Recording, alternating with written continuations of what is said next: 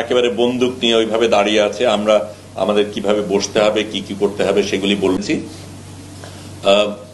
50 জন খানিক ছিল, কিছু নারীও ছিল।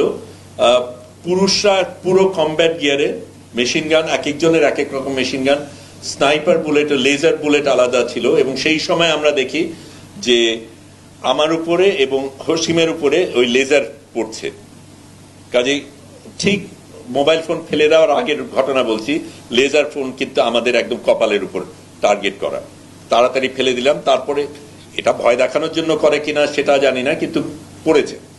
তো যাই হোক, ওই জায়গায় ওটা করার পরে পরে আমরা দেখলাম যে যারা মানে পুরুষ যারা ছিল প্রত্যেকের কাছে বিভিন্ন ধরনের মেশিন গান, এক একজনের কাছে সাইলেন্সার আলা, আবার স্নাইপার আলা, প্রত্যেকটার উপরে সাইট আছে। তারপরে বেশ কয়েকজনের মাথার উপরে গোপ্রো, নাইট ভিশন, বাইনোকুলার এবং বিভিন্ন ধরনের প্যাডিং। তারপরে এখানে ওই গ্রেনেডের মতন এক ধরনের জিনিস। আবার একজনের ক্ষেত্রে দেখলাম যে গোলাপি রঙের টিউব, তার মধ্যে কি আছে আমরা জানি না। এই ধরনের অনেক কিছু আছে। নারীরা যারা ছিল তাদের হাতেও বন্দুক ছিল, তারা কমব্যাট গিয়ারে ছিল না, তারা সিভিলিয়ান ক্লোথে ছিল, কিন্তু বন্দুক তাদের হাতে, প্রত্যেকের হাতেই বন্দুক ছিল। এইভাবে তারা নেমে সারা জিনিসটা দখল করে, আমাদের ভয় তো দেখাই, তারপরে কিভাবে কি করতে হবে সেগুলি বলে, তারপরে আমাদের এক এক করে ভেতরে নিয়ে যায়, নিয়ে আলাদা আলাদা ভাবে আমাদের বড় জাহাজ, কাজে অনেকগুলি জায়গার মধ্যে আমাদের আলাদা আলাদা ভাগ করে তারপরে পাহারা দেয়। আমাদের তো তখন আর যোগাযোগ নেই এবং তারা কোনোভাবে আমাদের কি করতে হবে, আমাদের কোনো কথা বলার কোনো সুযোগ নেই, কোনো কিছু নেই। কিন্তু আমি বাকি আলাপে পড়ে যাই, কিন্তু এই জায়গায় আমরা তখন আমাদের কাছে পরিষ্কার যে এখন আমাদের গাজায় যাওয়ার আর সুযোগ নেই, এখন আমরা সম্ভবত ইসরায়েলি জেলের দিকে যাচ্ছি। আমরা প্রশ্ন দিয়ে শুরু করি না, কারণ প্রশ্ন থাকে। আচ্ছা, মাইক কি আছে? একটা মিনিট একটু অপেক্ষা করেন, মাইকটা নিয়ে একটু বলবেন।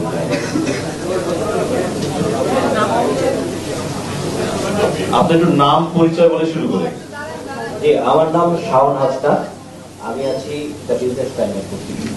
যে আমি একটু জানতে চাচ্ছি, আপনি যে বললেন যে যখনই আপনাদের মানে ইসরায়েলি বাহিনী করলো, তখন আপনারা মানে গাজার যে ভূখণ্ড থেকে কত দূরে, এই বিষয়টা একটু। আরেকটা বিষয় হচ্ছে যে তারা কি আপনাদের উপর টর্চার করেছে?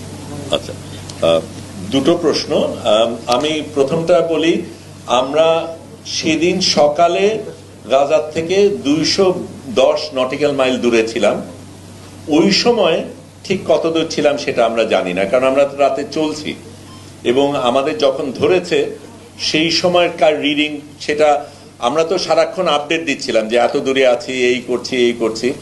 আমরা 210 নটিক্যাল মাইল থেকে রওনা দিয়েছি, তখনকার রিডিং সম্বন্ধে বলতে পারি। এই জায়গাটা কত দূরে আমরা নিশ্চিত বলতে পারি না, কিন্তু সম্ভবত আলেকজান্ডার কিছুটা পেরিয়ে। আমি এই হিসাবে বলছি যে আমাদের ওখান থেকে আমাদের 5:30টার দিকে বোধহয়, 6টার একটু আগে 5:30টার দিকে আমাদের বোধহয় ধরা হয়।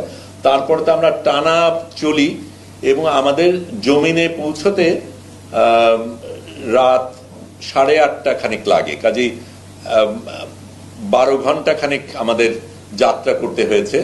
কাজেই 12 ঘন্টা চলার পথ যদি হিসাব করি তাহলে ওই 180 বা কিছু হবে। তবে আমি অনুমান করে বলছি